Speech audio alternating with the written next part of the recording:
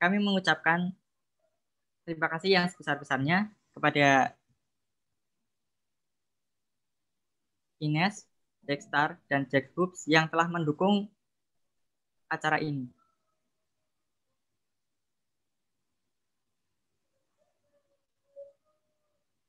Kemudian untuk pemateri yang pertama akan dipandu oleh Kak Aska. Halo Kak Aska. Halo Kak Saifuddin. Udah siap belum Kak? Alhamdulillah, bismillah siap Kak Saifuddin. Monggo Kak. Terima kasih ya Kak Saifuddin sebelumnya sudah mempersilahkan saya untuk memandu pemateri yang pertama kita, yaitu Kak Rintis Mulyani SPSI. Nah, sebelumnya saya mau perkenalan dulu ya. Perkenalkan, nama saya Milatil Aska. Saya anggota HMJ Tadris Bahasa Inggris di IAIN Pekalongan. Nah, sebelumnya saya mau menyapa Kak Rintis terlebih dahulu. Halo Kak Rintis, apakah sudah join bersama kami Kak Rintis? Sudah, dari jam 1 saya. Ya Allah Kak Rintis, terharu. Cantik banget, subhanallah. Oke, sebelum kita memasuki pemateri yang pertama ya, kita kenalan dulu sama Kak Rintis. Ya, saya akan membacakan CV dari Kak Rintis Mulyani. Kak Rintis Mulyani itu tinggal di Jakarta Barat ya Kak, ibu kota. Kemudian Kak Rintis menempuh pendidikan S1 di Universitas Indonesia, jurusan psikologi, dan sampai sekarang Kak Rintis itu masih menempuh pendidikan S2-nya ya Kak, jurusan komunikasi. Subhanallah Kak Rintis, semoga sukses ya Kak buat kedepannya. Semoga lancar kuliahnya, S2-nya. Kemudian Kak Rintis juga aktif nih di organisasi. Beliau mengikuti sinematografi di UI. Kemudian Scholars Basma Pertamina. Kemudian UI Scholars Koordinator. Ternyata Kak Rintis juga aktif ya Kak di organisasi di kampusnya. Selain itu Kak Rintis juga public speaking-nya itu best speaker lah. Bagus banget. Beliau itu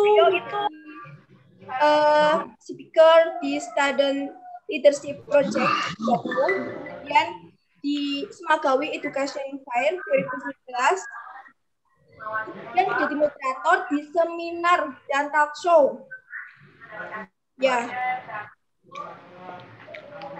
Oke, langsung saja kita memasuki pemateri yang pertama ya Kak Rintis. Pada Kak Rintis, kami persilahkan untuk mengisi webinar nasional pada siang hari ini.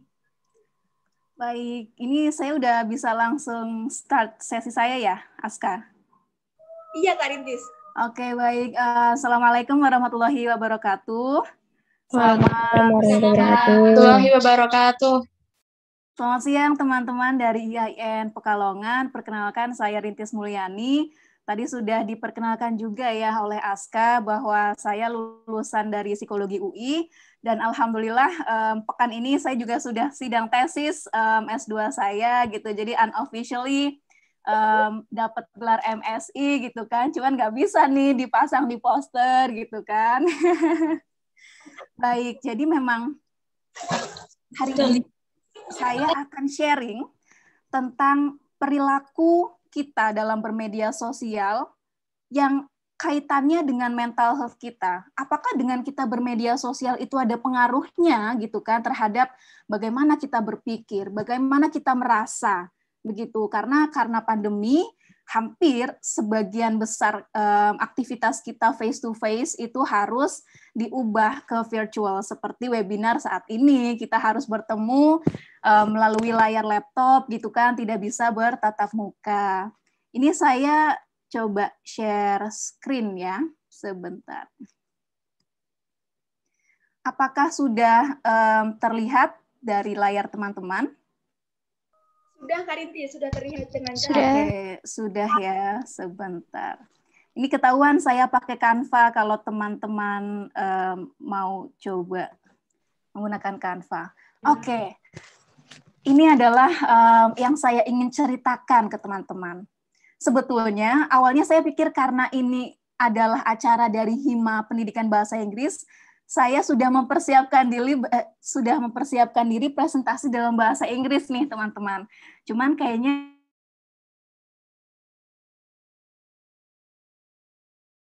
seperti begitu. Tapi mohon maaf kalau kata-kata dalam presentasi saya menggunakan bahasa Inggris begitu. Sekaligus juga menjadi ajang pembelajaran teman-teman barangkali ya. Nah, saya pengen tanya nih sama teman-teman. Does your social media dictate you? Apakah teman-teman pernah merasa bahwa diri teman-teman kok kayaknya didikte media sosial banget ya? Perihal tentang mindset cantik lah, kita harus melihat, oh ternyata cantik itu tuh kayaknya seperti Maudy Ayunda gitu, atau seperti Nisa Sabian. Nah, kadang-kadang kita begitu mengikuti apa yang disampaikan oleh media sosial begitu. Oke. Pertanyaan selanjutnya adalah, are your actions driven by this stuff? Maksudnya apa sih, Kak? Gitu kan. Teman-teman pernah merasa nggak kalau perilaku teman-teman dalam bermedia sosial ini sangat bergantung pada likes, numbers of followers, or retweet, or comments, gitu. Kadang-kadang nih, misalnya, saya sendiri, waktu mau post sesuatu di media sosial, itu mikirin banget, aduh, kira-kira kalau saya post ini akan mendapatkan banyak likes nggak ya? Gitu kan. Terus ternyata ketika sudah di-post, likes-nya sedikit. Waduh, itu kepikirannya berhari-hari gitu kan. Apakah saya tidak cukup cantik gitu kan? Kok nggak ada yang nge-like sih gitu? Kok nggak banyak yang nge-like? Jadi sesimpel dapat likes berapa, kadang-kadang itu membuat kita overthinking, bahkan menjadi insecure gitu kan. Nah, selanjutnya teman-teman remaja itu biasanya juga ngeliatin banget nih followers Instagram aku tuh berapa sih gitu. Apakah cukup banyak dibandingkan dengan teman-teman yang lain? Kok dia udah sampai 1000 lebih followersnya sedangkan aku cuma 500? Apakah aku tidak cukup baik? Apakah aku tidak disukai oleh teman-temanku? Kok aku nggak ada yang nge-follow ya? Misalnya begitu. Nah, kemudian kalau misalnya di Twitter itu juga mungkin sama, kalau teman-teman main di Twitter, kok ketika aku nge-tweet ini, yang retweet sedikit, apakah nggak ada yang baca? Apakah nggak ada yang peduli? Nah, itu overthinkingnya tuh berhari-hari tuh, sampai nggak bisa tidur, aduh kok likes-nya sedikit, kok dia nggak komen, kok gebetan nggak notice, aku post lalalili gitu. Hal-hal seperti ini sering banget akhirnya memicu bahwa perilaku kita dalam bermedia sosial itu menyesuaikan apa yang disukai oleh orang-orang. Ya udah deh, kalau misalnya aku mau post something di social media itu yang sesuai dengan preferensi teman-teman yang lain. Biar likes-nya banyak, biar followers-nya banyak, biar retweet-nya banyak. Itu dipikirin terus gitu ya. Nah, pertanyaan selanjutnya nih teman-teman. Do you compare the real you versus the ideal self of others?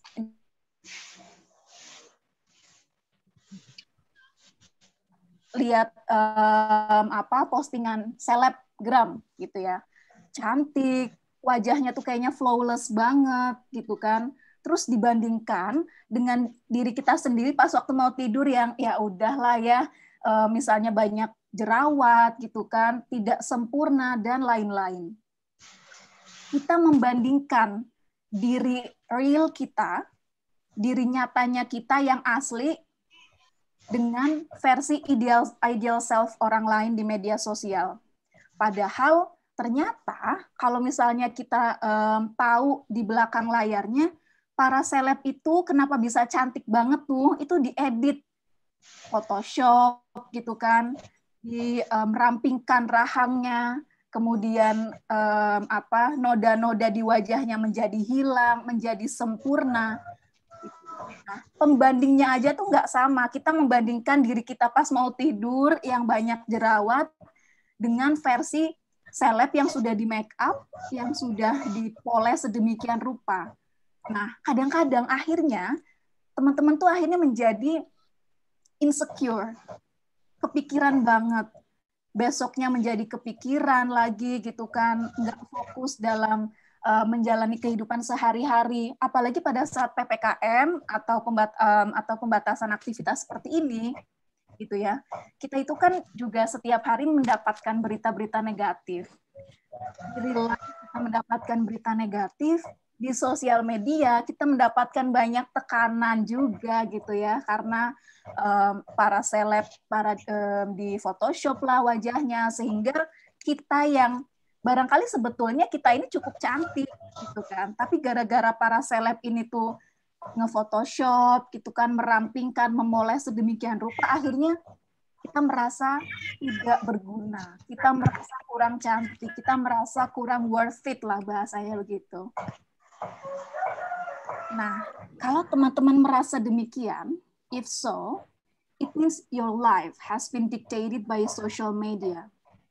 Kalau teman-teman pernah merasa insecure gara-gara bermedsos, kepikiran kok teman-teman yang lain masih bisa jalan-jalan ya gitu, atau kok teman-teman yang lain masih bisa produktif, masih bisa berprestasi, sedangkan aku kok di rumah kayak gini, harus bantuin ibu dan segala macam.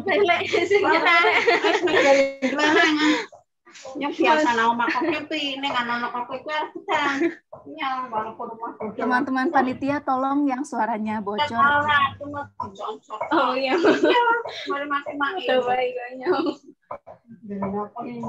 Oke.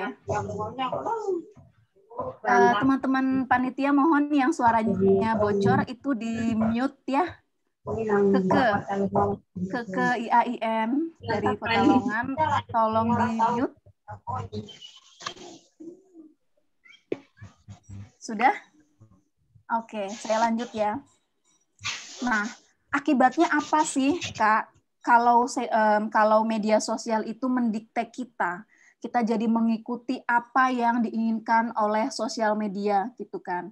Menurut berbagai macam penelitian, ada korelasi nih teman-teman, ada hubungan antara penggunaan media sosial dalam kadar tertentu, gitu kan, dengan kesehatan mental yang buruk atau bahkan sampai gangguan mental.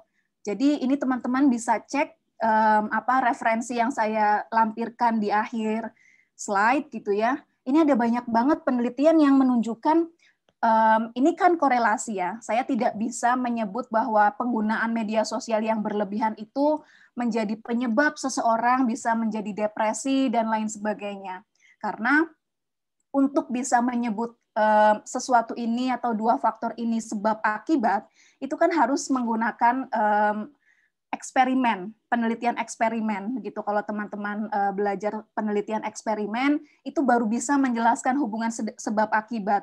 Tapi dalam topik seperti ini sangat tidak mungkin penelitian memberikan perlakuan kepada partisipan, nanti jangan-jangan malah dia kena depresi beneran. Itu sesuatu yang tidak etis dilakukan dalam penelitian. Jadi hasil-hasil penelitian sampai pada tahun 2020 ini menunjukkan adanya korelasi, begitu. Jadi ada korelasi penggunaan media sosial yang membuat orang-orang itu kadang-kadang menjadi insecure, bahkan depresi, mengisolasi diri, semakin tidak ingin berinteraksi dengan keluarga dan lain sebagainya.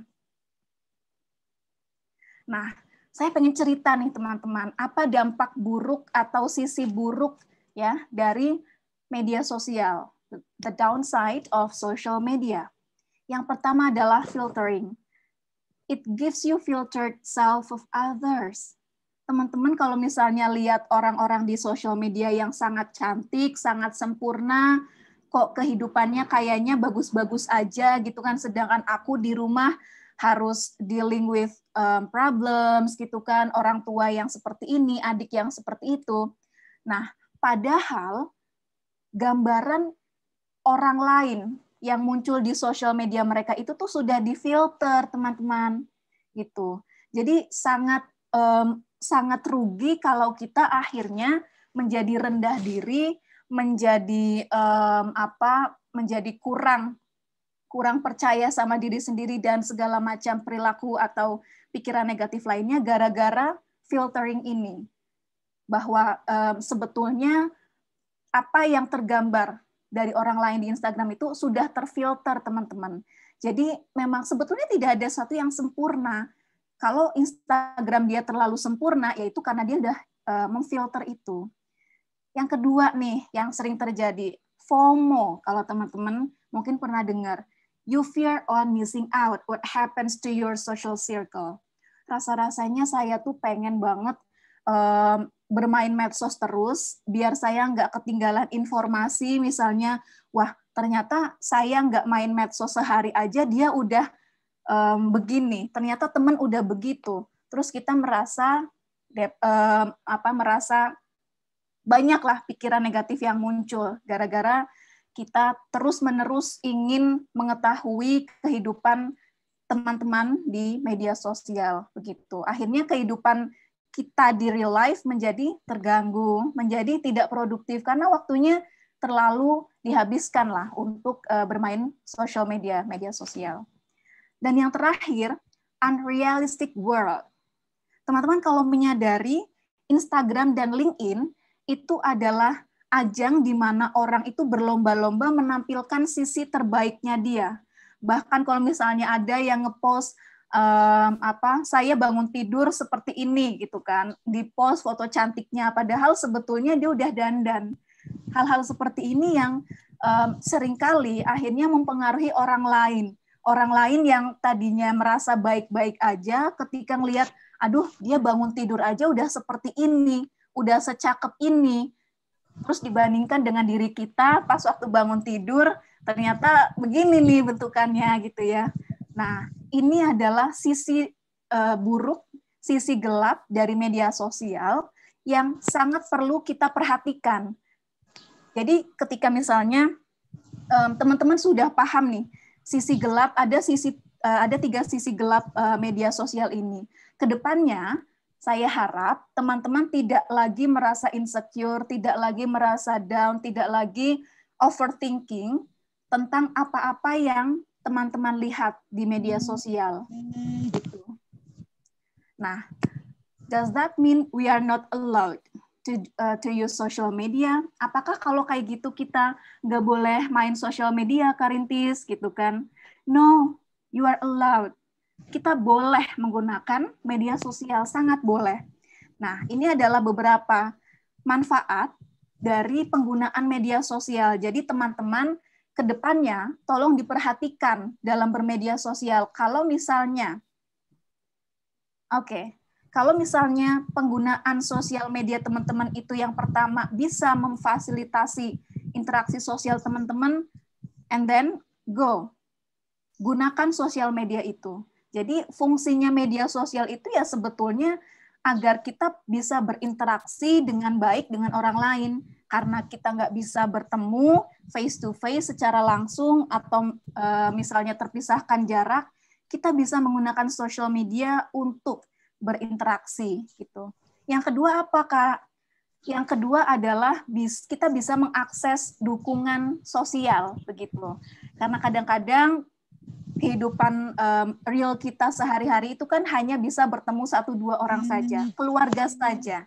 Sedangkan kita kadang butuh dukungan nih dari teman-teman yang lebih luas gitu ya. Nah, ini teman-teman bisa memanfaatkan social media untuk mendapatkan support dari teman sepermainan, teman lama, teman SMA begitu. Nah, yang ketiga, untuk mencari tahu atau mendapatkan layanan kesehatan mental gratis misalnya di media sosial. Itu kan ada banyak informasi-informasi yang berguna. Asalkan teman-teman tidak terlalu banyak mencari informasi, itu akan membuat teman-teman overwhelming, merasa lelah begitu ya. Nah, yang keempat adalah gunakan media sosial untuk sesuatu yang memang bermanfaat pada diri teman-teman. Something benefits you. Ini yang perlu saya tekankan banget, jangan sampai media sosial itu mengkontrol control your life, kemudian misalnya teman-teman nge-follow isinya artis-artis doang gitu. Sedangkan artis-artis kebanyakan kalau nggak jualan ya, itu posting foto cantik. Apakah teman-teman merasa bermanfaat, merasakan mendapatkan manfaat dari postingan mereka? Karena kebanyakan malah justru merasa insecure. Aduh, dia cakep banget, begitu kan. Dan muncul perasaan negatif, sedih, kecewa dengan diri sendiri, kecewa dengan takdir, dan lain sebagainya. Jadi, ini adalah 4 hal yang perlu diperhatikan teman-teman. Bila perlu, kalau misalnya ada teman-teman yang merasa ketika melihat postingan seseorang, merasa down, gitu kan. Itu berarti mungkin postingan dia toksik, nggak bagus untuk diri teman-teman, tapi nggak bisa untuk di-unfollow, Kak. Kalau unfollow, nanti hubungan pertemanan kita hancur misalnya. Di-mute aja. Jadi pastikan sosial media teman-teman itu tidak mempengaruhi atau tidak memberikan dampak buruk terhadap kesehatan mental teman-teman. Karena di masa yang serba terbatas ini, kebanyakan kita menghabiskan waktu di sosial media. Jadi pastikan sosial media teman-teman ada dalam kendali teman-teman. Jangan ada lagi merasa insecure dan lain sebagainya karena postingan orang lain. No, I don't want that. Nah, ini yang terakhir pesan dari saya, choosing a focused life in a noisy world. Dunia kita saat ini, dengan adanya internet, membuat kita terpapar informasi yang begitu banyak. Terlalu banyak bahkan, sampai kehidupan kita terganggu, pikiran kita terganggu, kita tidak jernih dalam melihat sebuah masalah, akhirnya mempengaruhi semuanya, gitu ya. Jadi dari dalam dunia yang noisy ini, penuh keributan, kegaduhan di media sosial dan segala macam, saya harap teman-teman bisa untuk menarik diri, gitu kan, dalam arti tidak terlalu terikat dengan media sosial, sehingga bisa menjalani kehidupan dengan lebih nyaman, lebih fokus dengan tujuan, ada yang misalnya pengen S2 di mana, dan lain sebagainya. Ketika kita bisa mengendalikan sosial media, kita bisa memanfaatkannya untuk kebaikan kita, dan kita terhindar dari pikiran, perasaan, dan perilaku negatif akibat sosial media, begitu. Nah, ini adalah referensi yang bisa teman-teman baca, atau kalau mau filenya bisa minta ke saya, begitu kan. Ini adalah penelitian-penelitian yang menunjukkan betapa media sosial itu sangat berkaitan dengan mental health teman-teman, dengan mental health kita semua. Apalagi dalam masa COVID-19 ini kan di China sudah dilakukan penelitian, exposure atau keterpaparan media sosial ini sangat mempengaruhi, sangat impactful terhadap mental health kita, bahkan sampai membuat atau berkorelasi dengan depresi, self isolation yang dirasakan oleh orang lain. Gitu. Sekian dari saya. Kalau ada pertanyaan nanti bisa ditanyakan di sesi Q&A selanjutnya. Begitu. Terima kasih. Kurang dan lebihnya mohon maaf. Assalamualaikum warahmatullahi wabarakatuh.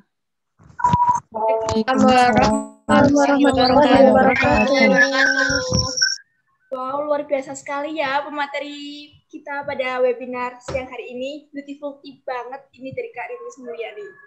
Ya, semoga kita nggak sering-sering insecure. Insecure boleh kalau sama orang yang tafid, apa orang yang alim ulama, kayak gitu nggak apa-apa. Ya, pesan yang saya ambil dari Kak Rinis itu, ya kita nggak apa-apa. Kita jangan down, jangan insecure, tetap semangat, love yourself. Karena kalau kamu bisa mencintai dirimu sendiri itu, kamu bisa mencintai orang lain loh. Nah, pokoknya love yourself, gitu ya Kak? Betul sekali, Aska. Ya, kemudian saya kembalikan lagi ke Master of Ceremony, Kak Saifuddin.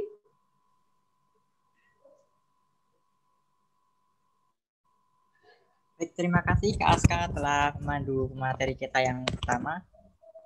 Iya Kak Saifuddin, sama-sama. Selanjutnya akan ada presentasi yang akan disampaikan oleh Kak Yulia dari INES. Apakah sudah hadir Kak Yulia? Halo Kak MC. Ya Kak, silakan bisa. Terima kasih banyak waktu dan kesempatannya. Bismillahirrahmanirrahim. Assalamualaikum warahmatullahi wabarakatuh. Selamat warahmatullahi wabarakatuh. Semangat belajar milenial hebat Indonesia. Ya, yang kami cintai rekan-rekan panitia, terima kasih banyak untuk Estafest 2021, kemudian untuk teman-teman narasumber, pemateri, dan seluruh teman-teman yang hadir di kegiatan acara webinar kali ini. Izinkan saya untuk memperkenalkan diri, nama saya Yulia, di sini saya mewakili dari Ines Kosmetik yang hari ini mengambil peran sebagai sponsor di kegiatan hari ini. Baik, saya akan sedikit memberikan informasi seputar Ines Kosmetik, bahwa Ines Kosmetik ini adalah brand lokal karya anak bangsa Indonesia punya, yang berdiri sudah sejak 23 tahun yang lalu, tepatnya di Malang, Jawa Timur. Adapun fokus produksi kami ada yaitu dari skincare, produk perawatan skincare, produk perawatan badan, dan juga dekoratif ataupun make up. Misi kami khususnya untuk wanita-wanita Indonesia agar senantiasa tampil percaya diri dengan memiliki kulit yang ideal, sehat, cantik, dan bebas dari segala permasalahannya. Nah, untuk itu kami hadir. Nah, spesial informasi lagi bahwasanya Ines Kosmetik ini sudah lolos uji klinis dari BPOM dan sudah tersertifikasi halal dari MUI. Jadi untuk teman-teman semua, nggak perlu ragu, nggak perlu takut ya untuk mengaplikasikan Ines Kosmetik. Dan hari ini spesial lagi kami informasikan buat teman-teman yang pengen tahu jauh seputar Ines Kosmetik, boleh silahkan download di Play Store ya, masuk ke My Ines. Kemudian hari ini kami akan berbagi spesial promo, boleh kakak panitia boleh membantu saya untuk men-sharekan promo apakah gerangan dari Ines Kosmetik. Kita ada diskon spesial 20% datangnya dari produk unggulan kami yaitu exfoliating lotion, di mana sekarang ini teman pasti akan impikan mempunyai kulit yang sehat, glowing ya. Nah, ini kesempatannya, cukup dengan men-screenshot voucher yang sudah dipaparkan sama panitia di sini ya. Boleh di-screenshot dan di situ sudah ada nomor WA Kak Yulia, boleh langsung japri ya. Jadi semua teman-teman di sini berhak untuk mendapatkan spesial promo sebesar 20%. Dan nanti ada ongkos kirim gratis juga, nanti syarat dan ketentuan berlaku, boleh langsung japri, rame-rame japrinya ya. Baik, dan Ines Kosmetik ini sudah juga hadir di e-commerce ya, banyak sekali e-commerce yang ada, baik di Shopee, Lazada, JD.id, dan banyak lagi. Namun bagi teman-teman yang nantinya selepas untuk mendapatkan voucher 20% ini mau berbelanja di semua toko kosmetik terdekat, Ines Kosmetik juga sudah ready di sana semuanya. Baik teman-teman semua, nggak banyak dan nggak kurang yang kami sampaikan ya hari ini, karena banyak pemateri yang akan hadir setelah ini. Pokoknya salam sukses, stay safe, stay healthy ya, semuanya baik-baik semuanya, sehat, bahagia semuanya, dan selamat melanjutkan acara webinar kali ini. Terima kasih banyak. Wassalamualaikum warahmatullahi wabarakatuh. Waktu dan tempat kami. Waalaikumsalam warahmatullahi wabarakatuh. Iya. Waalaikumsalam.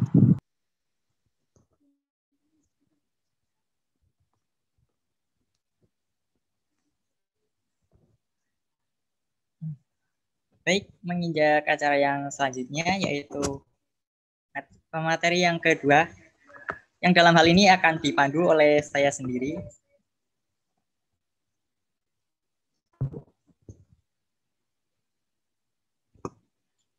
Pemateri yang kedua ini adalah Kak Salma Dias Saraswati.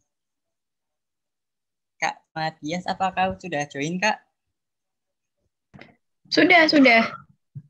Alhamdulillah. Gimana Kak kabarnya, Kak? Baik. Alhamdulillah. Kamu gimana kabarnya? Alhamdulillah baik juga, Kak. Oke, sekarang kita kenalan dulu ya sama Kak Salma Dias. Saya akan membacakan CV dari Kak Salma Dias. Nama lengkap Salma Dias Saraswati. Tempat tanggal lahir Madiun 24 Agustus 1994. Ini barangkali ada yang mau main ke rumahnya. Alamatnya di Teman Pugeran Asri 2 nomor 2 Daerah Istimewa Yogyakarta.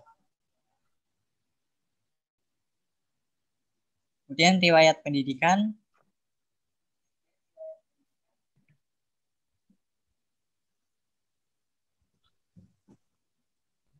S1 Prodi Psikologi di Universitas Islam Indonesia pada tahun 2016.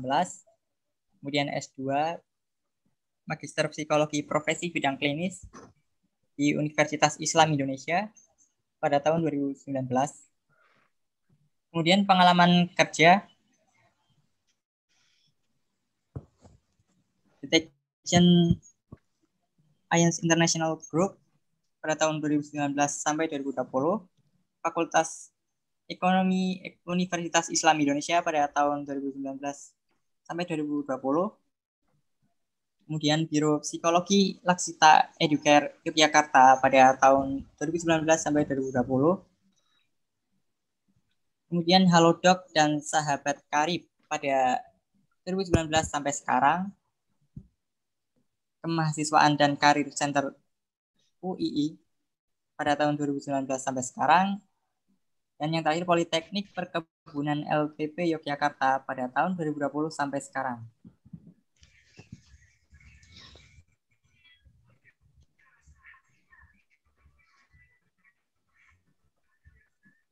Ya, untuk mempersingkat waktu, kita langsung aja ya Kak disampaikan. Kayaknya teman-teman udah pada penasaran nih apa yang mau disampaikan sama Kak Salma, apa Kak Dias nih? Kak Salma aja. Oh iya, Kak Salma. Monggo Kak Salma. Oke, thank you Mas Saifuddin atas perkenalan dan pembukaannya. Bismillahirrahmanirrahim. Assalamualaikum warahmatullahi wabarakatuh. Selamat siang teman-teman dari banyak ya kayaknya nasional ini. Jadi saya nggak bisa bilang dari Jogja aja atau dari Pekalongan aja karena pasti dari banyak kota di Indonesia. Oke. Untuk materi saya udah kelihatan ya di layar.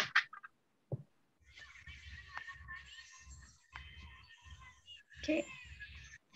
Nah, sebelum kita mulai atau sebelum saya nantinya sharing tentang bagaimana kita bisa maintain atau meningkatkan mental health kita, aku mau minta teman-teman di sini untuk menjawab beberapa pertanyaan aja sih gitu, untuk sekedar survei singkat terkait dengan gimana sih sebenarnya keadaan kondisi mental atau kondisi psikologis teman-teman yang ada di ruangan ini gitu. Nanti dijawabnya via chat Zoom aja ya biar gampang. Oke. Untuk yang pertama boleh dong teman-teman tuliskan di kolom chat, mungkin nanti saya bacain beberapa. Apa yang kalian rasakan selama pandemi 1,5 hampir jalan 2 tahun ini gitu? Apakah ada perasaan bosan mungkin, ada perasaan sedih, perasaan apa yang biasanya banyak muncul itu? Bosan, sedih, ditambah PPKM, bosan banget gitu. Stres banget gitu ya, insomnia, bahkan padahal dulu ya zaman sebelum ada pandemi, kita tuh mungkin nggak semua ya, tapi ada beberapa dari kita yang ngerasa, aduh coba ya liburnya tuh nggak cuma Sabtu Minggu, bisa lebih panjang gitu ya, atau aduh sekolah mulu liburnya kapan. Nah begitu dikasih libur nih 1 tahun, ternyata bosen juga gitu ya. Jadi kadang manusia tuh lucu ya, pengen pengen istirahat yang agak lama gitu ya, tapi begitu istirahatnya lama disuruh di rumah aja, malah pinginnya balik ke sekolah, pingin balik kerja dan lain sebagainya itu. Apalagi di TikTok akhir-akhir ini kan lagi rame ya mereka yang nostalgia masa-masa SMA bagi yang sempat offline gitu ya, atau yang dulu-dulu gitu. Jadi makin membuat kita tuh, aduh kapan sih ini selesainya gitu. Oke, tapi tugasnya nggak libur, iya ya benar. Oke. Nah, yang kedua gitu ya, selain dari perasaan, mungkin ada nggak keluhan-keluhan fisik yang pernah dirasakan selama kondisi pandemi ini gitu? Misalnya, emang sih di rumah aja, tapi kok kayaknya badan ini rasanya gampang capek ya, atau kok di rumah aja tapi tetap insomnia gitu misalnya, atau selama pandemi ini malah jadi biasanya mensnya nggak teratur untuk yang perempuan misalnya gitu. Jadi kadang ada Oke, kita lihat apakah ada capek pikiran. Oke, pegel, lemas, nggak semangat, berat badan naik, luar biasa. Iya, rebahan aja tapi badan kayaknya tidak, nggak fit banget gitu. Oke, good. Thank you ya teman-teman yang sudah sharing gitu. Kita akan lanjut lagi. Oke, tadi sudah sharing. Oke, kemudian gitu ya, dari tadi kita ngomongin tentang mental health atau kesehatan mental itu apa sih sebenarnya gitu. Jadi kesehatan mental itu adalah keadaan sejahtera gitu ya, ketika individu atau kita itu mampu menyadari potensi yang dimiliki, mengatasi tekanan normal dari kehidupan dan bekerja secara produktif serta memberikan kontribusi kepada komunitasnya atau bisa bisa berkembang sebagai individu gitu. Jadi seseorang yang punya kesehatan mental yang cukup baik itu tidak hanya sehat secara fisik ya, tidak hanya dia bisa bekerja, bisa sekolah, terus dia ngerasa baik-baik aja gitu ya, tapi dia bisa mengatasi masalah yang ada dengan cukup baik. Nah, kalau dari WHO mengatakan bahwa there's no health without mental health gitu. Jadi yang namanya kesehatan itu tidak lengkap tanpa adanya kesehatan mental gitu. Jadi percuma ketika seseorang itu dinyatakan sehat fisiknya aja, tapi kalau mentalnya lagi down banget, lagi stres banget, biasanya juga akan tergolong sebagai seseorang yang kurang sehat atau mungkin bisa tergolong mereka yang sakit karena memang kesehatan mentalnya sedang tidak baik-baik aja.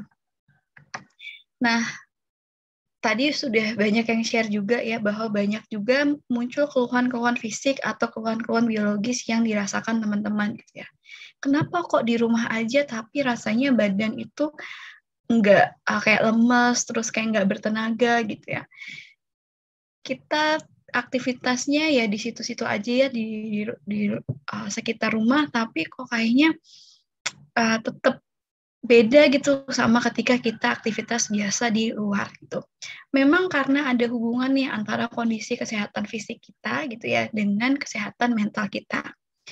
Itulah kenapa ketika kita lagi stres banget misalnya itu ngaruh ke kondisi badan yang dirasakan gitu. Atau misalnya kita lagi sakit nih, misalnya teman-teman di sini pernah ada yang terkena COVID, pasti ngerasa ketika badannya itu nggak enak, sakit, pasti perasaan dan secara mental atau psikis itu juga nggak nyaman gitu. Dan ketika kita punya kesehatan mental yang bagus, itu bisa membantu kita dalam menghadapi berbagai tantangan dalam hidup gitu. Jadi memang kesehatan mental ini berfungsi bagaimana kita itu bisa sedikit banyak menyelesaikan masalah-masalah yang dihadapi. Bukan berarti orang yang kesehatan mentalnya bagus itu nggak pernah stres ya teman-teman, atau nggak pernah menghadapi masalah dalam hidupnya. Kalau kayak gitu, ya saya juga mau tahu resepnya gitu, tapi nggak gitu. Karena memang yang namanya stres dan masalah itu sudah menjadi satu paket ya dalam hidup kita gitu. Jadi ibarat kalau kita sekolah, itu sudah sekalian sama kita ujian, kita UN, tapi sekarang udah nggak ada UN kayak gitu. Dan nggak bisa kita ke sekolah atau kita sekolah tapi nggak ada ujiannya, itu nggak mungkin gitu. Kemudian kesehatan mental ini bermanfaat untuk meningkatkan kualitas hidup kita gitu. Jadi ketika kita secara mental baik, secara psikologis itu cukup sehat, cukup fit, maka kita akan ngerasa puas dengan hidup kita akan ngerasa nyaman, ngerasa hidup kita berarti, berharga, dan lain sebagainya. Nah, kalau dari penelitian yang dilakukan beberapa tahun yang lalu gitu ya, bahwa generasi milenial atau yang seumuran kita ini ya sampai sampai usia 25-an hampir 30 itu adalah generasi yang sangat anxious atau cemas gitu. Karena memang mereka berhadapan dengan masa teknologi juga, sehingga tadi yang sudah disampaikan kakaknya tadi bahwa memang sosial media itu berdampak signifikan terhadap kondisi mental kita gitu. Nah, kalau dari penelitian ini bahwa kesehatan mental yang paling sering dihadapi oleh para millennials atau yang seumuran generasi kita itu adalah, nah ada beberapa nih yang cukup dominan gitu ya. Misalnya ada gangguan kecemasan gitu, kayak mudah khawatir, overthinking, kemudian lain sebagainya. Hingga tadi sempat ada yang melabel dirinya itu depresi gitu ya. Tapi saya harap kita tidak melakukan self-diagnose di sini. Kemudian gangguan makan, either itu makannya lebih banyak atau makannya lebih sedikit. Kemudian muncul rasa kesepian juga gitu. Ini salah satunya diakibatkan karena saking seringnya kita berinteraksi melalui sosial media atau melalui media tertentu, sehingga rasanya kita tidak ada koneksi yang cukup mendalam dengan orang lain kayak gitu. Jadi kan kalau teman-teman di sini merasakan masa interaksi sebelum pandemi, pasti kerasa feel-nya berbeda gitu antara kita ngobrol lewat ya video call sama lewat langsung gitu. Kemudian ada penggunaan alkohol yang bermasalah gitu dan pemikiran bunuh diri yang sudah cukup berat kalau di sini. Nah, kalau teman-teman bertanya mungkin aku sehat mental apa enggak ya? Aku secara psikologis baik apa enggak ya? Jawabannya bukan hanya iya dan tidak. Bukan berarti yang tidak sehat mental itu berarti benar-benar tidak, atau yang iya itu 100% iya, tapi kesehatan mental itu adalah sebuah spektrum atau dia bergerak dari yang sangat tidak sehat mental hingga yang sehat mental sempurna gitu. Nah, jadi biasanya kita bagi menjadi 5, bahkan sebenarnya tidak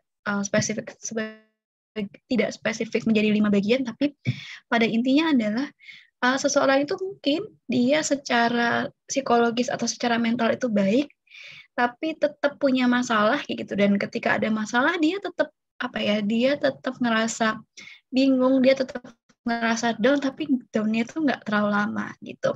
Tapi ada juga orang yang ketika dihadapi masalah dia sampai down banget, sampai dia nggak bisa ngapa-ngapain, nggak minat ngapa-ngapain tuh ada juga. Kalau kondisinya yang kedua, itu dia mungkin berada pada situasi yang krisis atau struggling, di mana dia kurang mampu menghadapi masalah-masalah yang dihadapi, kurang bisa memanage dirinya, dan lain sebagainya. Dan ketika kita mampu untuk menghadapi masalah hidup, ketika kita mampu berkembang, dan lain sebagainya, maka kita mungkin berada dalam spektrum yang hijau maupun yang kuning ini. Gitu. Nah, ukuran sebenarnya kita itu sehat mental apa enggak itu diukur juga dari bagaimana dampak kondisi atau keluhan kita itu terhadap kehidupan kita sehari-hari gitu. Jadi kalau tadi ada yang bilang di rumah aja itu capek, terus stres banget, ini itu segala macam. Nah, apakah itu berdampak banget ke kehidupan sehari-hari? Atau nih meskipun stres, meskipun banyak tugas, tapi tetap ya udahlah dikerjain aja, tetap bisa sedikit happy gitu ya, tetap bisa mungkin punya waktu untuk ngelakuin yang lainnya dan lain sebagainya kayak gitu. Nah, faktor apa sih yang mempengaruhi mental health atau kesehatan mental kita gitu ya? Kalau teman-teman mungkin pernah memikirkan, kenapa ya kok ada temanku yang ketika dikasih masalah tertentu, kok dia langsung down banget, langsung parah banget, tapi kalau aku kayaknya tetap bisa survive kok, tetap bisa aktivitas gitu misalnya. Karena memang ada banyak hal yang mempengaruhi kondisi psikologis kita atau kondisi mental kita. Yang pertama adalah faktor-faktor internal atau faktor-faktor di dalam diri kita gitu. Misalnya pengalaman hidup kita sebelumnya. Kayak kalau misalnya kita lebih sering nih berhadapan dengan pengalaman-pengalaman yang nggak menyenangkan, yang menyedihkan, dan lain sebagainya, kita mungkin jadi lebih riskan terhadap stres dan terhadap gangguan kesehatan mental. Bisa juga dari pola pikir tadi dan mindset. Kalau kita berpikiran yang negatif terus, kita terpapar sama informasi yang jelek terus gitu, itu akan mempengaruhi kondisi kita, karena you are what you read atau you are what you think gitu ya. Karena memang ketika kita misalnya nih teman-teman selama hidupnya gitu 20 tahun let's say, itu selalu mendengarkan misalnya komplain dari orang tua kayak kamu tuh kok gitu banget sih, atau cuman ranking 3, lihat tuh adikmu misalnya, atau bisa nggak sih lebih cantik lagi, atau apalah komentar-komentar negatif dari lingkungan gitu, entah dari keluarga, dari teman, dari pasangan, dan lain sebagainya. Itu akan membuat kalian berpikir bahwa apa iya ya aku orangnya kayak gitu, apa jangan-jangan benar nih aku orangnya jelek, aku orangnya nggak berharga, dan lain sebagainya. Padahal itu karena kalian terlalu sering terpapar dengan komentar-komentar negatif tentang diri kalian gitu. Jadi kalau tadi saya baca di bagian chat gitu ya, pengennya nggak overthinking terhadap diri sendiri, nggak insecure, tapi nggak bisa gitu. Ya sebenarnya insecure itu pada dasarnya boleh, itu hanya saja tinggal bagaimana kita menentukan perilaku kita terhadap itu gitu. Jadi misalnya kita iri nih sama teman kita yang selama pandemi ini ikut webinar, ikut kegiatan ini itu kayak gitu. Boleh kita ngerasa ya aku kok selama pandemi nggak ikut ya. Coba deh aku tanya ke dia gimana caranya ikut atau dapat informasi dari mana misalnya. Itu kan berarti kita udah mengambil sebuah langkah supaya rasa insecure kita itu tidak terlarut terlalu lama gitu.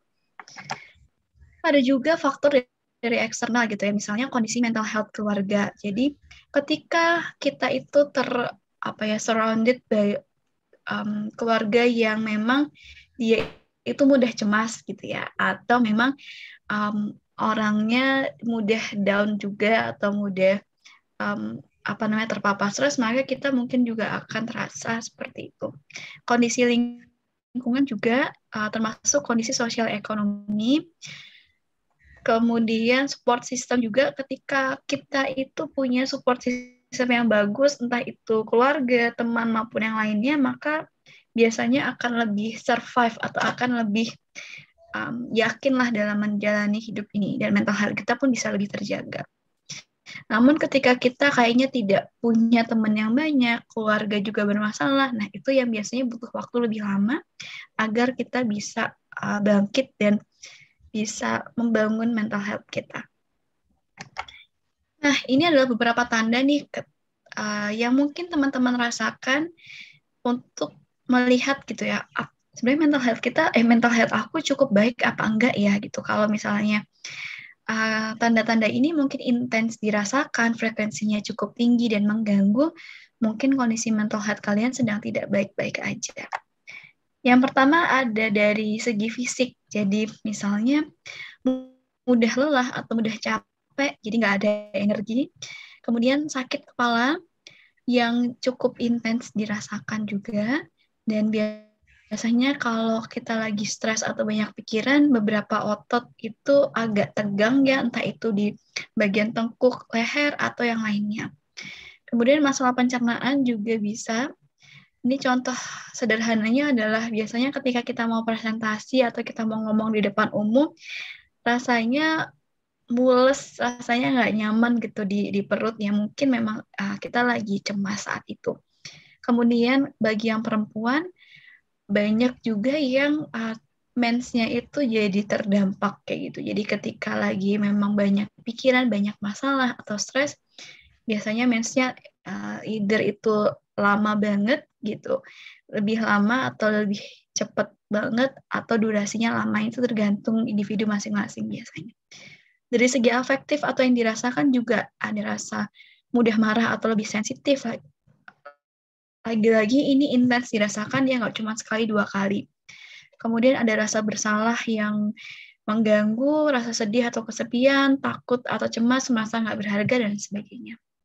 Secara kognitif juga kita biasanya sulit fokus ya kalau lagi stres atau tertekan, mudah lupa juga, terus negative thinking-nya intens dan sering, dan mulai ada pemikiran untuk suicide kayak gitu.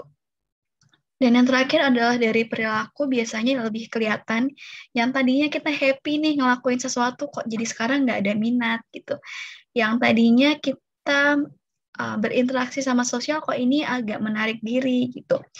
Biasanya yang terlihat juga adalah gangguan tidur, either itu banyak tidur atau susah tidur, karena ada juga yang ketika dia stres atau tertekan itu malah banyak tidur ada juga gitu. Bisa juga gangguan makan, lagi-lagi entah itu dia banyak makan maupun sedikit makan gitu. Jadi adanya perubahan pola makan dari yang biasanya. Dan perilaku self-harm atau menyakiti diri sendiri. Nah, ini kok 2, salah. Jadi gimana sih kita bisa memaintain atau meningkatkan kesehatan mental kita gitu. Yang pertama adalah kita harus mengenali diri kita sendiri dulu gitu. Adakah mungkin faktor resiko atau faktor-faktor yang dari lingkungan yang mungkin membuat kita lebih mudah terpapar gangguan kesehatan mental gitu. Mungkin misalnya orang tua kita mudah cemas misalnya kayak gitu. Atau kita nggak punya banyak teman misalnya. Kemudian kita juga harus mengenal batasan-batasan diri kita. Misalnya lagi contohnya kita punya boundaries terhadap diri kita sendiri. Kayak aku tuh nggak suka banget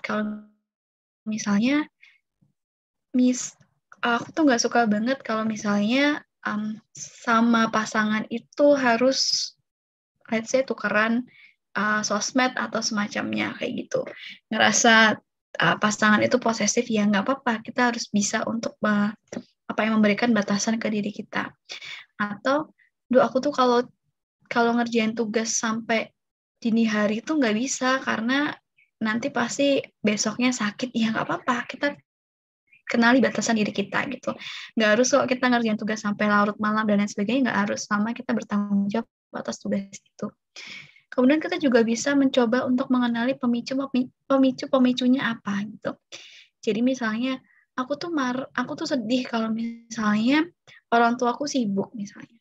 Aku tuh marah kalau ada sesuatu yang berjalan nggak sesuai dengan yang aku mau atau yang lain sebagainya gitu. Karena terkadang kita suka luput sama pemicu ini. Kita kayak ya udahlah semuanya abai aja. Padahal ketika kita tahu pemicunya itu akan lebih mudah. Kedua, pengalaman berhasil. Jadi misalnya nih teman-teman sekarang lagi down banget, lagi stres banget, ini pasti bukan pertama kalinya kalian merasakan hal ini gitu. Mungkin sebelumnya pernah punya pengalaman yang sama, punya tantangan yang sama, tapi terlupakan gitu. Sehingga coba kita ingat-ingat kembali atau kita tuliskan kira-kira pernah mengalami keberhasilan apa. Yang kedua ada menjaga kesehatan fisik. Lagi-lagi kita nggak bisa mengabaikan yang namanya kesehatan fisik kita ya, karena memang fisik itu berdampak kepada mentalnya kita. Sehingga usahakan kita untuk tetap beraktivitas fisik, entah itu olahraga ringan maupun cuman bergerak dari dari meja belajar kita, misalnya selama dalam 1 jam sekali atau 2 jam sekali melakukan stretching ringan itu sangat dianjurkan gitu. Kemudian mengatur lifestyle, jadi jangan mentang-mentang di rumah aja terus makannya sembarangan, terus minumnya soda terus, minumnya manis terus, ya jangan kayak gitu. Tapi tetap dijaga 4 sehat 5 sempurnanya. Dan istirahat juga penting gitu ya. Jadi ketika kita kurang tidur, kita kurang istirahat, maka kita akan mudah lelah di pagi harinya, atau kita akan lebih mudah sensitif karena secara tubuh kita belum cukup fit untuk melakukan ya hari-hari. Dan yang terakhir kita bisa misalnya melakukan hobi atau hal yang kita sukai gitu, sebagai selingan lah dari rutinitas kita sehari-hari. Yang ketiga, supaya mental health kita bisa ditingkatkan, kita perlu untuk belajar mengelola tekanan emosional. Jadi ketika kita punya masalah, punya tantangan tadi, misalnya tugasnya banyak, yuk pelan-pelan belajar untuk mengelola stresnya kita gitu. Kayak, oke, sekarang tugas aku banyak nih gitu. Tugasnya apa aja, terus apa yang bisa dicicil, kemudian gimana nih caranya biar aku lebih nyaman sehingga tidak terlalu stres dalam mengerjain tugas, misalnya kayak gitu. Kemudian menyelesaikan masalah. Jadi nggak cuman ketika ada masalah, misalnya tadi, tugas aku banyak nih, ya udahlah aku tidur aja, terus nggak diselesain tugasnya. Berarti kan bangun-bangun, iya sih, bangun-bangun kayaknya lebih enak, tapi kan kemudian kepikiran lagi tugasnya dan akan ya gitu-gitu aja polanya, karena emang masalahnya nggak selesai gitu. Jadi kalau udah ada masalahnya spesifik, kita udah tahu pemicunya, iya masalahnya itu mau tidak mau harus diselesaikan juga gitu. Yang ketiga, kita harus melakukan self-care, jadi nggak hanya sekolah aja, nggak hanya belajar aja, tapi juga kita punya waktu untuk diri kita sendiri melakukan hal-hal yang kita sukai. Kemudian fokus ke hal yang bisa dikendalikan, kayak contohnya, oke lah kita semua nggak suka sama yang namanya pandemi ini karena merubah seluruh rutinitas kita sehari-hari. Boleh kok kita berharap dan kita berdoa supaya pandemi ini tetap selesai. Tapi kita nggak bisa terus-menerus menyalahkan pandemi ini, atau kita hanya bergantung ke, ya udahlah, aku melakukan ini nunggu pandemi selesai, atau itu kan gara-gara pandemi aku jadi nggak bisa ini itu segala macam. Itu bukan jadi alasan utama gitu ya. Justru ketika pandemi ini tetap ada banyak hal yang bisa kita usahakan, yang tetap bisa kita lakukan. Jadi fokus ke hal-hal itu aja. Yang keempat adalah yang terakhir, itu mencari dukungan. Jadi kalian di sini tidak sendirian. Kalau tadi baca di chat, banyak sekali yang merasakan hal yang sama, sedih, stres, bosan, bingung, dan lain sebagainya. Karena memang benar you are not alone gitu ya. Teman-teman nggak sendiri, semua orang merasakan ini gitu ya. Jadi kalau mau saling sharing harus ngapain, atau saling sharing hal-hal yang menyenangin, sangat diperkenankan. Kemudian professional help itu bisa membantu ketika memang merasa sudah tidak kuat menghadapi ini, atau sudah merasa down banget dan butuh bantuan yang lain, profesional itu sangat disarankan juga gitu. Karena kalau sekarang selama pandemi ini banyak sekali layanan-layanan psikolog yang itu lebih terjangkau ya. Jadi kalau dulu sebelum pandemi mungkin belum banyak layanan psikologi online gitu ya. Sekarang sudah sangat banyak dan harganya beragam sekali. Jadi teman-teman bisa memilih sesuai dengan kebutuhan. Oke. Kita akan terus Vi. Dari panitia mohon balas biasanya kan nanti langsung balas kayak. Terus Aisyah ngomong. Tak tarik terus. Oke, terima kasih. Oke. Ya, kita akan coba sedikit salah satu teknik untuk mengurangi atau menstabilkan emosi atau menstabilkan kondisi stres yang bisa teman-teman latih atau lakukan ketika di rumah gitu. Kita akan coba melakukan relaksasi ringan gitu ya, sehingga nantinya ini bisa menjadi sedikit banyak bekal lah buat teman-teman latihan sendiri gitu ya, atau mungkin ketika cemas atau ketika panik bisa dilakukan juga. Oke. Oke, sambil saya persiapkan mungkin instrumennya, teman-teman boleh untuk duduk atau mencari posisi yang cukup nyaman.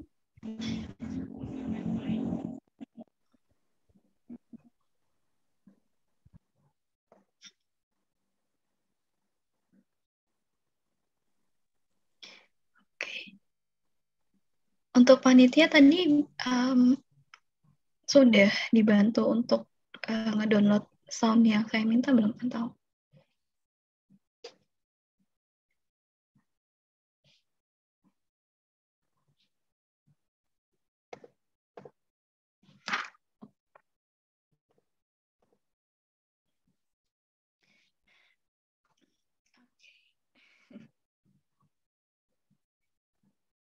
Oke, teman-teman bisa duduk atau boleh rebahan sedikit, boleh. Silakan posisikan diri senyaman mungkin. Jadi usahakan badan itu rileks dulu gitu ya, tidak perlu tegang. Karena ini bukan sesuatu yang menakutkan sebenarnya. Dan jika sudah cukup nyaman, boleh pelan-pelan untuk memejamkan mata. Namun jika belum nyaman, tidak apa-apa untuk sedikit membuka, atau nanti di tengah-tengah membuka juga nggak apa-apa, senyamannya aja. Kemudian jika nanti mungkin di tengah-tengah mendengarkan atau terfikirkan mungkin banyak hal, atau mungkin muncul emosi-emosi tertentu atau yang lainnya, tidak perlu ditolak, dirasakan saja gitu ya, biarkan itu muncul. Jadi ibarat kalau teman-teman sedang berada di sungai atau di pantai, biarkan air yang terkena kaki teman-teman itu lewat gitu aja, membasuh kaki, tidak perlu untuk ditolak, karena pikiran-pikiran dan perasaan-perasaan itu tidak akan menyakiti teman-teman. Oke. Baik, jika sudah, nggak apa-apa kalau tidak ada soundnya, nanti dalam mencoba ini, teman-teman bisa diiringi. Oke, sudah ada soundnya. Good. Oke. Jika sudah duduk dalam keadaan yang nyaman, pelan-pelan memejamkan mata, kita akan latihan untuk bernafas, karena ketika kita sedang stres atau ketika kita sedang banyak masalah, seringkali kita tidak merasakan nafas kita, sehingga rasanya semuanya mengalir begitu cepat dan by default gitu. Tidak perlu menolak pikiran atau perasaan yang muncul, diterima saja semuanya. Jika takut, jika cemas, jika kepikiran yang lainnya, tidak apa-apa. Oke, teman-teman bisa memulai dengan menarik nafas yang cukup dalam.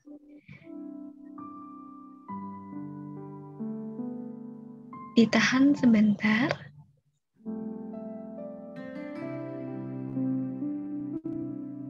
Lalu dihembuskan perlahan-lahan.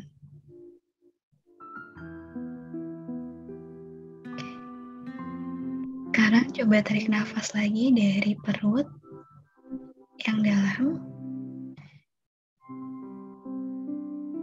Kita tahan sebentar.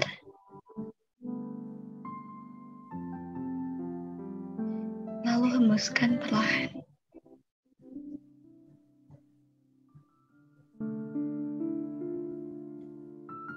Oke, sekali lagi, tarik nafas dalam. Tahan sebentar. Hembuskan perlahan.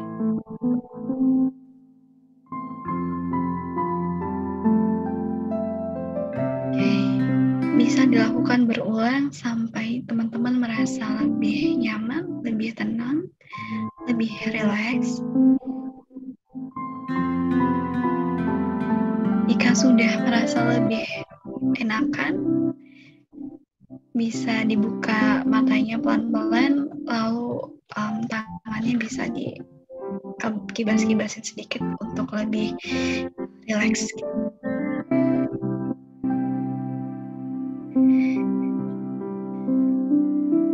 Oke.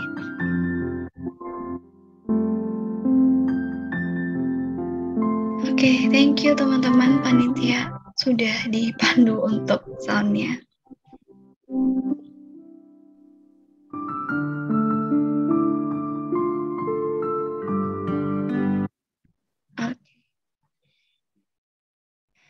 Ya, sebenarnya relaksasi nafas ini adalah salah satu cara yang cukup ringan gitu yang bisa dilakukan di kondisi ketika teman-teman sedang banyak pikiran, sedang banyak tekanan. Ini P3K awal gitu yang mungkin ini tidak bisa menyelesaikan masalah teman-teman gitu ya, nggak bisa bikin tugasnya selesai atau bisa bikin pandeminya berakhir, enggak. Tapi setidaknya ini bisa membuat teman-teman sedikit lebih tenang, sedikit lebih nyaman, sehingga bisa memikirkan bagaimana caranya supaya masalahnya bisa terselesaikan dan sebagainya. Oke. Untuk penutup gitu ya, sebelum kita lanjut ke sesi tanya-jawab, saya mau menyampaikan bahwa bagaimana cara saya mengambil sedikit quotes dari Christopher Robin dari Winnie the Pooh. Mungkin ini sudah quotes yang sudah sangat familiar buat teman-teman gitu ya, bahwa kalian itu sebenarnya lebih you are braver than you believe gitu ya teman-teman. Sebenarnya punya potensi, punya potensi yang cukup besar untuk menghadapi ini semua gitu ya, punya hal-hal yang bisa menguatkan kalian gitu ya, karena you are stronger than you seem juga. Mungkin saat ini lagi down, mungkin saat ini lagi banyak masalah, lagi stres dan segala macam, tapi bukan berarti teman-teman akan kayak gini selamanya. Ibarat hujan ya, ibarat hidup nggak mungkin selamanya hujan, karena pasti akan berganti ke terang, kemudian ada lagi hujan, tapi akan lagi ada terang, karena memang that's how life is. Jadi ya itu penutup dari saya gitu ya. Nanti kalau ada yang mau ditanyakan boleh banget. Ya ditanyakan langsung gitu aja. Saya kembalikan ke Mas Saifuddin. Terima kasih. Wow. Terima kasih Kak atas materinya yang sangat luar biasa. Kita juga udah diajarkan relaksasi tadi ya. Jadi sebenarnya kesehatan mental itu erat kaitannya dengan kinerja tubuh kita ya. Kalau mental kita sehat, otomatis kesehatan kita juga akan terjaga, kemudian kita juga akan bisa lebih produktif. Kemudian meskipun keadaan kita masih seperti ini, masih pandemi, kita nggak tahu kapan selesainya, kita tidak boleh menyalahkan keadaan tersebut. Don't blame your condition. Harusnya kita terus berusaha gimana untuk tetap produktif di masa pandemi. Kemudian saya akan kembali memanggil partner saya. Halo Kak Aska. Kak Aska. Saifuddin. Ya Kak, gimana tadi hasil relaksasinya Kak? Ya, alhamdulillah ada peningkatan ya Kak Saifuddin untuk keinsecurean. Karena saya kan perempuan ya, jadi lebih banyak ke-insecure gitu Kak. Jadi alhamdulillah bisa mengontrol insecure antara insecure yang tadinya insecure sama fisik, sekarang saya berganti ke insecure sama otak. Ya biar bisa lebih giat belajar, rajin belajar, biar bisa kayak Kak Salma dan Kak Rintis Mulyani seperti itu. Oh iya Kak, setelah 2 pemateri yang luar biasa tadi, pasti teman-teman ini pada punya pertanyaan yang ingin disampaikan Kak.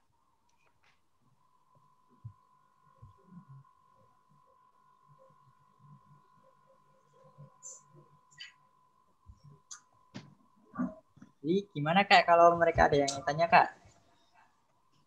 Ya, kita masuk ke sesi Q&A ya, teman-teman. Jadi yang mau bertanya, silakan ke room chat Zoom atau bisa on cam langsung. Dan bisa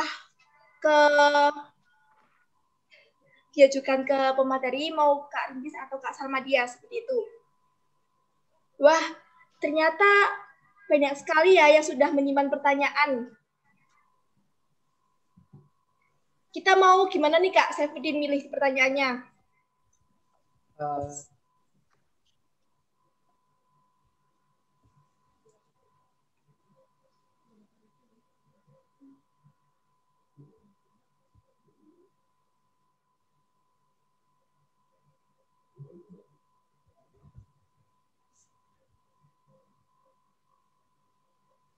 Untuk mempersingkat waktu kita batasi aja ya Kak untuk jadi 2 pertanyaan untuk Kak Rintis, 2 pertanyaan untuk Kak Salma.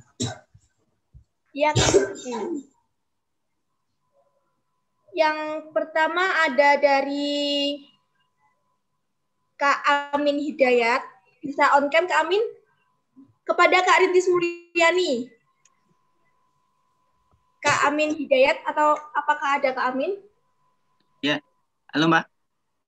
Iya Kak, bisa memberikan pertanyaan langsung atau saya bacakan? Bacakan aja Mbak, nggak apa-apa. Jaringan kurang bagus juga sih. Oh, ya. Saya bacakan ya Kak Amin Hidayat. Iya. Untuk boleh. Kepada Kak Rintis Mulyani, pandemi virus corona tidak hanya mengancam kesehatan fisik, namun juga kesehatan mental setiap individu. Tidak hanya rasa takut, efek psikologis yang ditimbulkan pun bisa berdampak serius. Bagaimana trik untuk mengatasi bahkan menghilangkan rasa takut dan panik karena pandemi ini? Dan apa tips menjaga kesehatan mental, Kak, selama pandemi seperti ini? Silakan kepada Kak Rintis Mulyani untuk menjawab pertanyaan dari Kak Amin. Oke, terima kasih Kak Amin atas pertanyaannya. Ini nanti kalau ada yang keliru nanti mohon Kak Salma juga mengoreksi gitu ya Kak ya. Jadi sepengetahuan saya rasa takut maupun rasa khawatir itu merupakan sistem mekanisme kita dalam bertahan ketika mungkin ada ancaman gitu. Nah, virus ini, pandemi ini merupakan ancaman. Jadi sangat wajar kalau kita merasa khawatir dan takut kalau kita terkena gitu kan. Nah, caranya bagaimana ubah atau gunakan rasa takut atau kekhawatiran itu untuk membuat kita lebih mawas diri, begitu ya. Jadi sebetulnya jangan sampai dihilangkan, karena kalau dihilangkan rasa takutnya jadi nggak khawatir wabah sama sekali, itu justru sangat bahaya. Nanti perilaku kita malah jadi nggak taat prokes, gitu kan, nggak mawas atau justru malah tidak menjaga kesehatan dengan baik. Jadi sebetulnya kalau tips dari saya itu saja sih, gunakan rasa takut atau kekhawatiran tentang COVID ini untuk membuat kita lebih mawas, lebih berhati-hati. Adapun kalau misalnya sudah berlebihan, nah ini kayaknya lebih tepat kalau Kak Salma saja yang menjawab, barangkali mungkin ranahnya sudah mulai ke gangguan atau apa gitu. Terima kasih.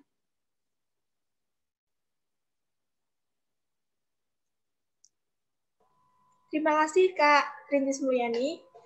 Mungkin Kak Salma Dias ingin menambahkan jawaban dari Kak Rintis?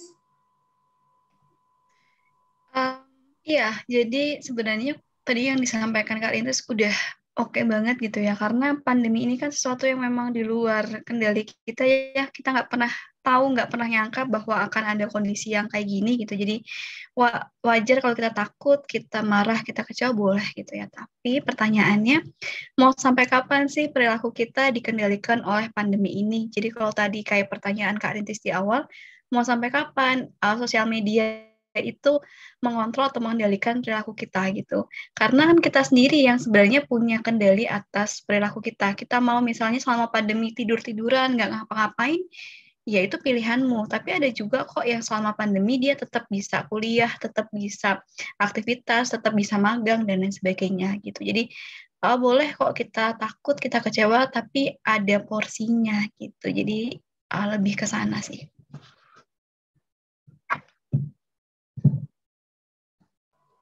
Ya, Kak Salma, terima kasih untuk tambahan jawaban untuk menyempurnakan Kak Rintis Mulyani. Kemudian untuk Kak Safudin bisa memilih pertanyaan, Kak.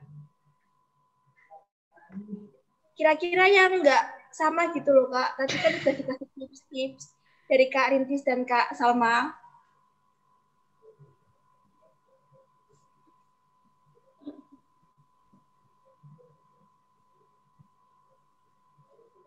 Bentar Kak, ini pertanyaannya ada banyak.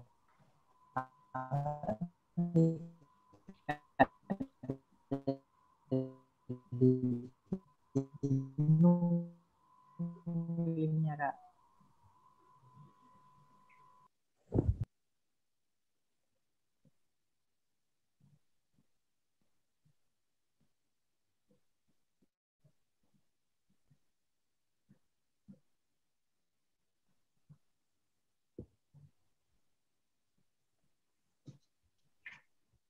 Ya, saya dapat yang menarik dari Ria Novita Rainuni. Pertanyaan untuk Kak Salma. Apakah stres yang berlebihan bisa membuat diri kita sendiri menjadi hilang ingatan? Dan menurut kakak sendiri, bagaimana cara atau langkah-langkah untuk mengatasi stres berlebihan? Serta bagaimana tips cara menurut pribadi kakak, bagaimana menjaga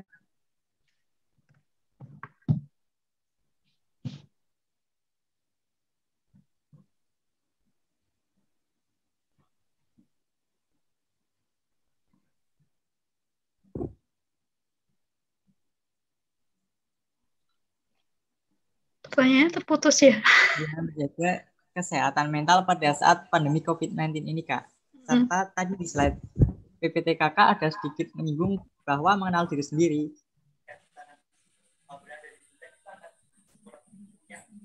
Dan menurut pribadi Kakak sendiri, apakah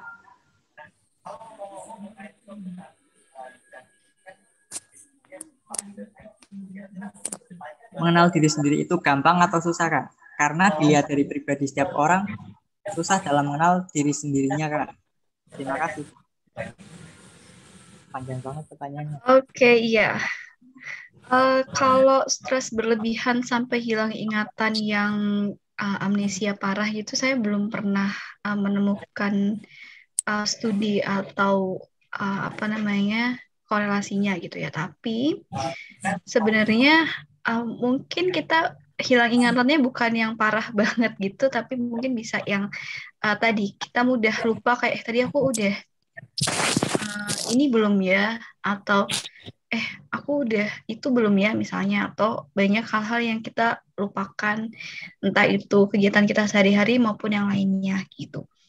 Kemudian mengatasi stres yang berlebihan itu sebenarnya ada dua cara, entah itu kita mau fight atau flight gitu. Jadi kita mau menghadapi masalahnya langsung, kayak misalnya, aduh aku besok ujian nih kayak gitu. Ya mau dihadapi benar-benar belajar, atau kita mau udah deh nanti dulu deh, aku mau istirahat dulu misalnya, atau mau nenangin diri dulu baru nanti belajar, ya nggak apa-apa. Yang penting kan sebenarnya sama-sama gimana caranya si pemicu stresnya itu bisa terselesaikan sedikit banyak gitu. Nah, itulah pentingnya tadi kita mengenal juga pemicu-pemicu apa yang sebenarnya bikin kita kadang stres, tertekan, sedih, dan lain sebagainya, supaya kita bisa tahu hal-hal apa yang mungkin bisa kita lakukan untuk lebih menyamankan diri kita gitu. Kemudian mengenal diri itu memang nggak gampang ya, karena kita selama ini lebih sering diminta untuk belajar gimana caranya kita kenalan sama orang, kita PDKT sama orang lain dan lain sebagainya. Tapi kita kadang suka lupa untuk kenalan sama diri kita sendiri. Sebenarnya kurang lebih sama sih ketika kita coba untuk kenalan sama orang lain gitu ya. Kita tanya ke diri kita, apa sih yang kita suka gitu. Misalnya, kegiatan apa sih yang bikin kita nyaman, atau kita pingin dikenal sebagai orang yang kayak gimana sih gitu. Kita coba tanyakan ke diri kita sendiri dan jawab sejujur mungkin gitu ya. Karena masalahnya bukan masalah gampang atau susah, karena kita seringnya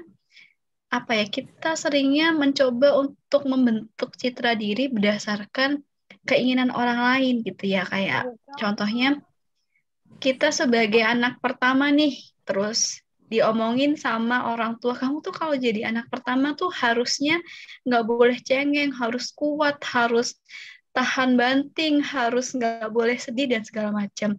Terus kita jadi mempertanyakan, apa iya ya aku harus jadi orangnya kayak gitu? Padahal ketika kita kenal sama diri kita, kayak nggak apa-apa aja deh, aku sesekali sedih, aku memang nggak sekuat itu, tapi it's okay aja kayak gitu. Aku tahu batasan diriku sendiri gitu.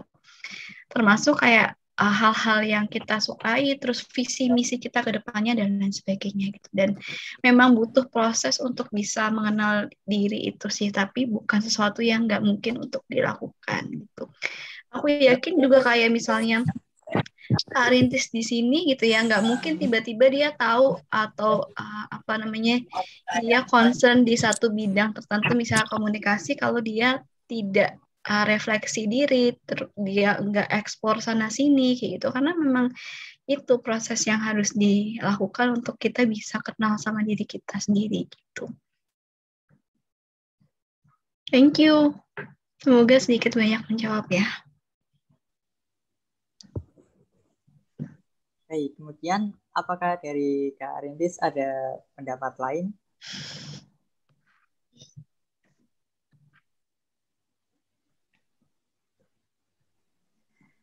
Sebetulnya mau mengkonfirmasi betul bahwa proses pengenalan terhadap diri sendiri itu memang sangat panjang, dan mungkin itu pekerjaan seumur hidup ya Kak Salma, bahwa apalagi manusia itu dinamis gitu kan, pembentukan diri kita pun juga ada pengaruh dari pengalaman. Kadang-kadang kita akhirnya berubah mindset, dan pengelolaan emosi dan lain sebagainya itu kan mengalami dinamika ya. Semakin dewasa, semakin orang banyak belajar, bahkan bacaan yang dibaca pun berubah, itu sangat mungkin membentuk kita menjadi seseorang yang sedikit lebih beda dari kemarin, sedikit lebih beda dari kemarin. Jadi terus tanyakan sebetulnya apa yang kita mau. Nah, ada satu ada satu advice dari seorang filsuf.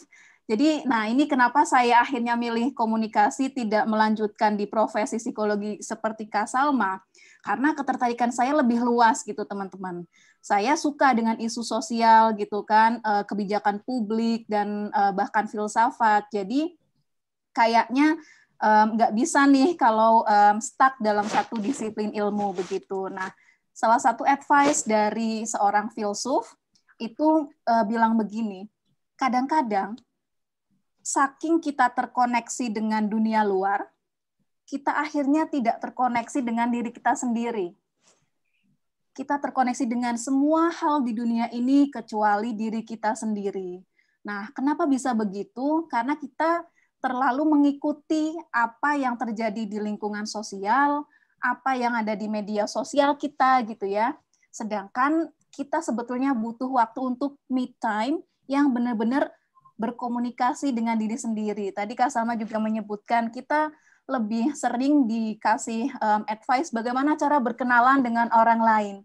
Tapi kita sangat kurang nih pengetahuan untuk berkenalan dengan diri sendiri, berkomunikasi dengan diri sendiri, begitu. Jadi jangan khawatir atau jangan merasa cemas ketika tiba-tiba teman-teman merasa, aduh, ini aku lagi dalam satu ruangan sendirian, terus panik, langsung buka medsos. Biasanya gitu. Saat kita menunggu seseorang. Nah, itu sebetulnya waktu yang bisa kita manfaatkan untuk berkomunikasi dengan diri sendiri. Jangan langsung main medsos, jangan langsung buka chat, berkomunikasi dengan orang. Cobalah sekali-kali komunikasi dengan diri sendiri. Begitu.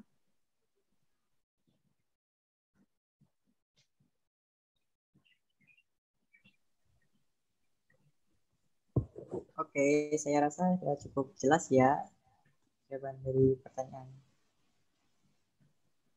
tersebut. Kemudian saya kembalikan ke Aska. Silakan Kak untuk memilih pertanyaan yang selanjutnya. Oke, Kak Saifuddin. Saya menemukan satu pertanyaan yang bagus nih, Kak. Atas nama Nailin Mufidah. Kak Nailin Mufidah ada, Kak?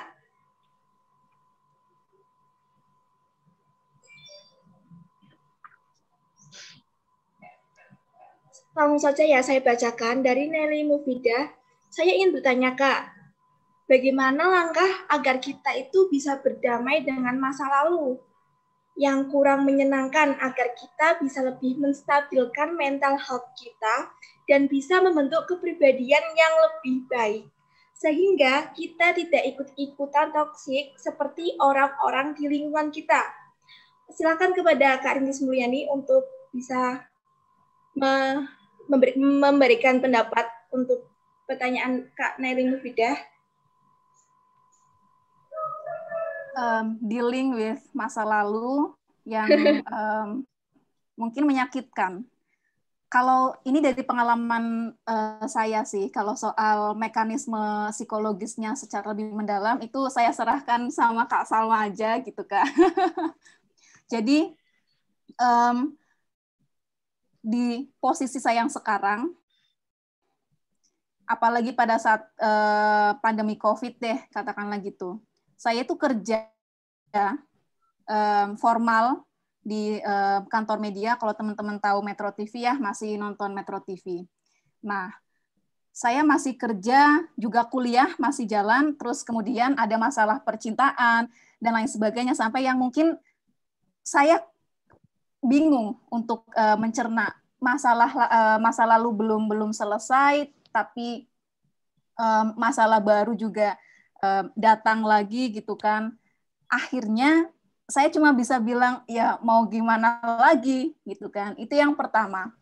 Yang kedua adalah perilaku buruk orang lain itu mencerminkan diri mereka. It reflects them, not you. perilaku buruk orang lain itu bukan karena bagaimana kita, tapi justru menggambarkan diri mereka. Jadi kalau misalnya ada, saya pernah ibaratnya menerima kata-kata buruk dan lain-lain, saya menganggap ya itu merefleksikan diri mereka gitu. Yang penting saya merespon dengan baik dan lain sebagainya. Jadi sampai pada akhirnya mungkin perasaan ketika mengingat pengalaman itu sudah biasa aja, tapi kayaknya nggak akan mungkin lupa sih gitu. Tapi ya udah biasa aja, atau mungkin bisa menertawakan gitu. Nah, mekanisme seperti apa saya serahkan ke Kak Salma. Oke. Iya, pada dasarnya sebenarnya semua orang pasti pernah yang namanya punya masa lalu yang nggak nyenengin, nggak mungkin. Bahkan artis pun misalnya atau kayak siapapun yang kalian lihat di sosial media tuh nggak mungkin dia nggak punya masa lalu yang nggak menyenangkan, itu nggak mungkin, karena memang itu sudah menjadi bagian dari hidup gitu. Jadi ibarat tadi ya, memang ada siang, ada malam gitu ya, ada hujan, ada pelangi, dan ada memang pengalaman yang nyenangin, ada yang nggak menyenangkan, dan it's okay gitu. Jadi yang perlu disadari adalah bahwa meskipun kita punya pengalaman masa lalu yang kurang menyenangkan, bukan berarti hidup kita itu gagal, atau bukan berarti kita itu nggak berharga, enggak gitu. Tapi itu memang sudah bagian dari hidup kita yang memang sudah jadi satu paket. Jadi itu nggak apa-apa aja gitu. Jadi sebelum kita beralih ke, biasanya kan kalau kalian bertanya, aduh aku gagal nih, atau aku nggak berhasil, atau aduh aku punya pengalaman yang jelek nih, kadang orang kan hanya nyuruh buat ya udah sih masih mending begini, atau ya udah sih disyukurin aja, atau yang lain sebagainya.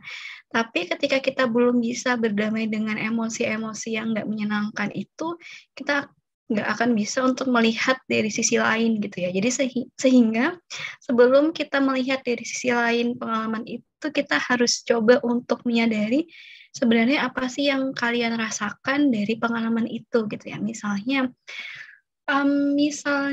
kalian nggak keterima SBMPTN kemarin gitu ya, terus apa yang dirasakan? Apakah ada rasa bersalah karena nggak bisa nyenengin orang tua, ngerasa kalian itu kurang pinter karena sampai nggak bisa lulus, atau perasaan apa yang dirasakan itu harus disadari dulu gitu. Dan kemudian itu boleh kok diluapkan dengan cara yang sehat, diekspresikan, either itu menulis, atau kalian coret-coret, atau kalian cerita ke orang lain, tapi dengan catatan kalian bisa bilang ke mereka, aku cuma butuh didengerin kok, cuma pengen ngomel aja kayak gitu ya.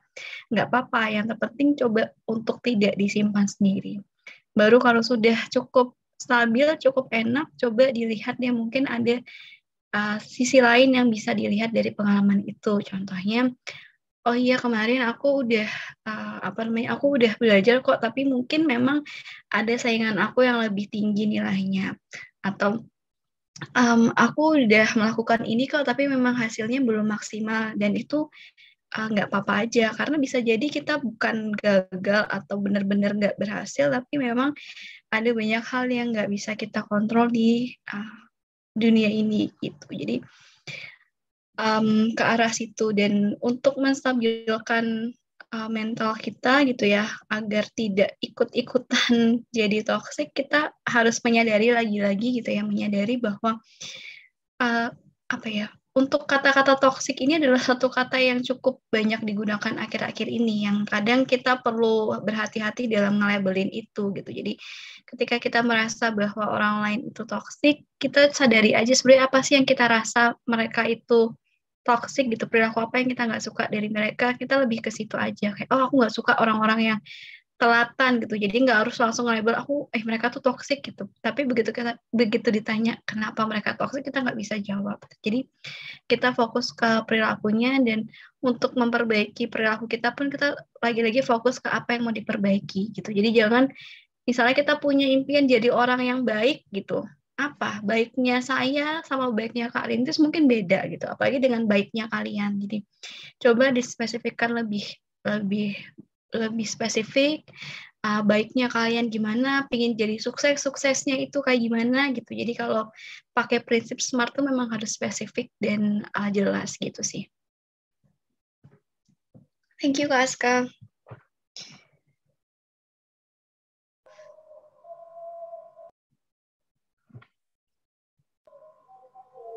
Terima kasih nih untuk Kak Rintis Mulyani dan Kak Salmatias, dua pendapat yang emang memotivasi banget buat kita ya.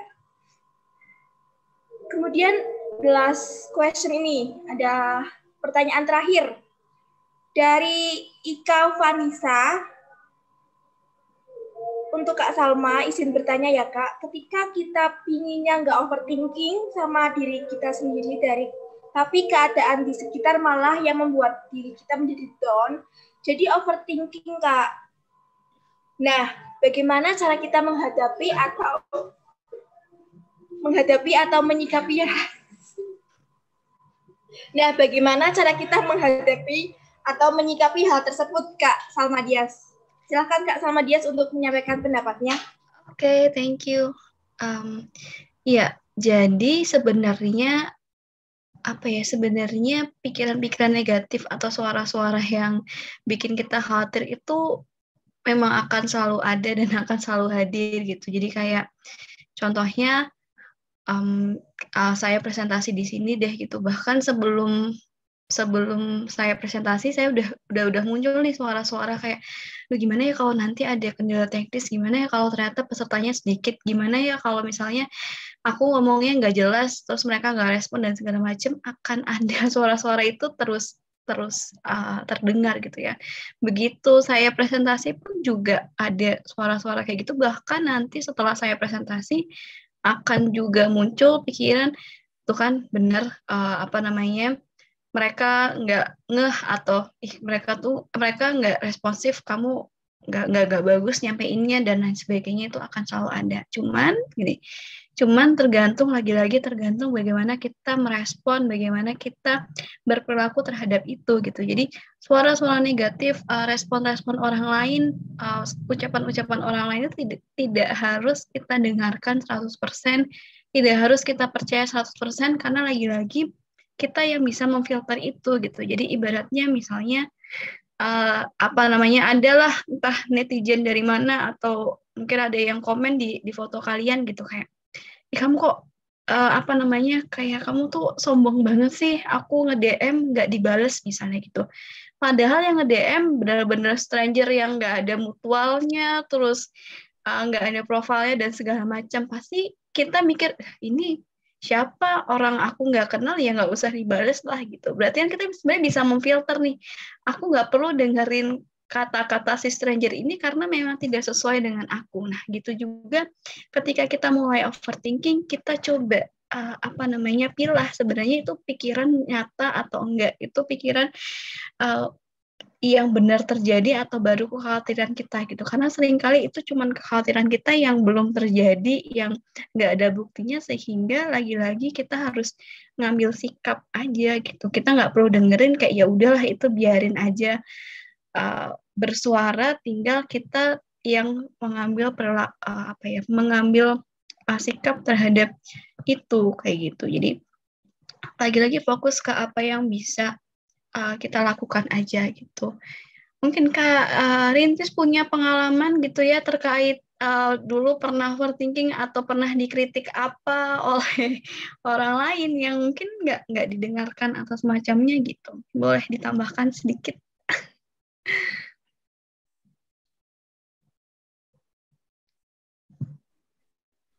Maaf, tadi koneksi saya terputus. Gimana Kak Salma? Ya, kalian tuh mungkin sering ya dengar komentar-komentar atau kayak ucapan-ucapan dari orang tentang Karintis atau tentang apa yang dilakukan gitu ya. Kayak gimana caranya Karintis merespon biar tidak bikin down berlebihan gitu kan. Boleh. Saya punya satu rumus Kak Salma, singkat banget. Do reality check.